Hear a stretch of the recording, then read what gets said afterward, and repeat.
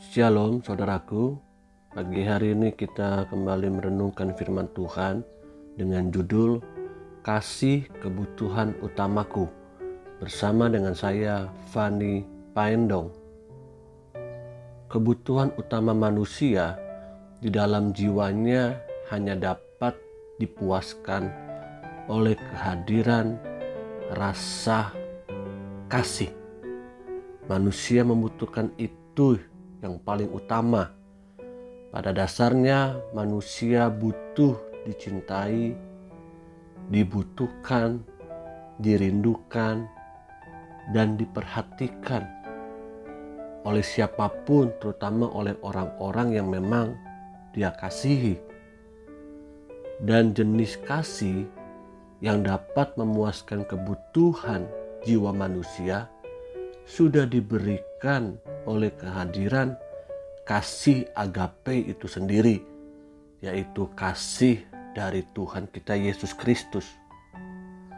Efesus 1 ayat 4 sampai dengan 6, sebab di dalam Dia Allah telah memilih kita sebelum dunia dijadikan, supaya kita kudus dan tak bercacat di hadapannya. Dalam kasih Ia telah menentukan kita dari semula oleh Yesus Kristus untuk menjadi anak-anaknya sesuai dengan kerelaan kehendak-Nya, supaya terpujilah kasih karunia-Nya yang mulia yang dikaruniakannya kepada kita di dalam Dia yang dikasihinya. Di dalam Dia yang dikasihinya. Kasihnya, kasih daripada Tuhan tidak hanya menciptakan kita, tapi juga memberikan status buat kita sebagai anak-anak Allah. Status sebagai seorang anak memiliki banyak keistimewaannya. Namun juga dengan status kita sebagai seorang anak, kita memiliki kewajiban yang harus dikerjakan dengan sebuah ketaatan yang tinggi, dengan sebuah kedisiplinan, dengan sebuah kerelaan hati mau diajar dan mau dibentuk. Yohanes 15 ayat 12 sampai dengan 14, inilah perintahku, yaitu supaya kamu saling mengasihi seperti aku, kata Tuhan, telah mengasihi kamu. Tidak ada kasih yang lebih besar daripada kasih seorang yang memberikan nyawanya untuk sahabat-sahabatnya. Seorang yang memberikan nyawanya untuk sahabat-sahabatnya. Kamu adalah sahabatku, jikalau kamu berbuat apa yang kuperintahkan kepadamu. Sekali lagi, kamu adalah sahabatku jikalau kamu berbuat apa yang kuperintahkan kepadamu.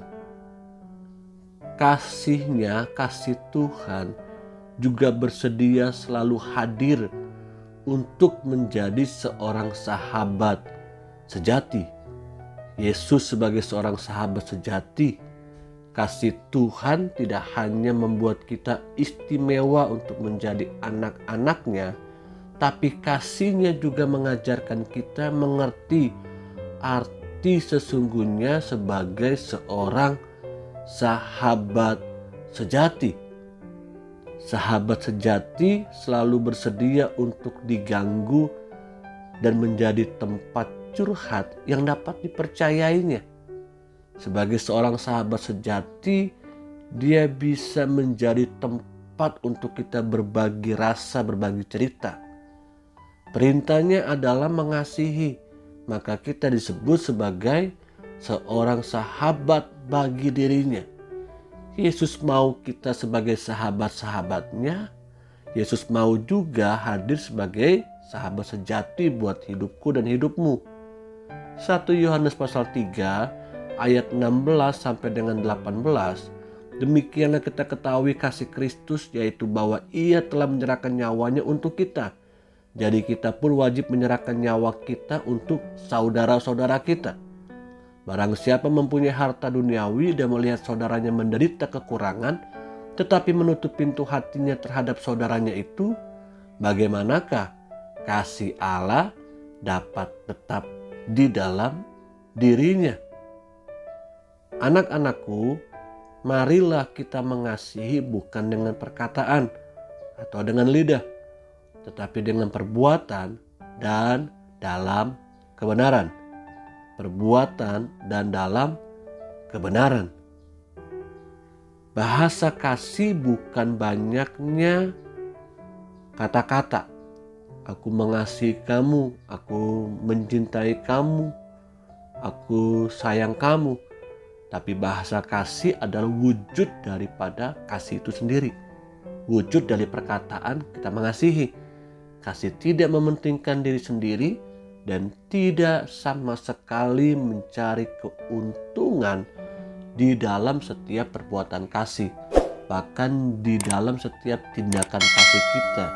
Tidak ada istilah yang berkata ada udang di balik peyek.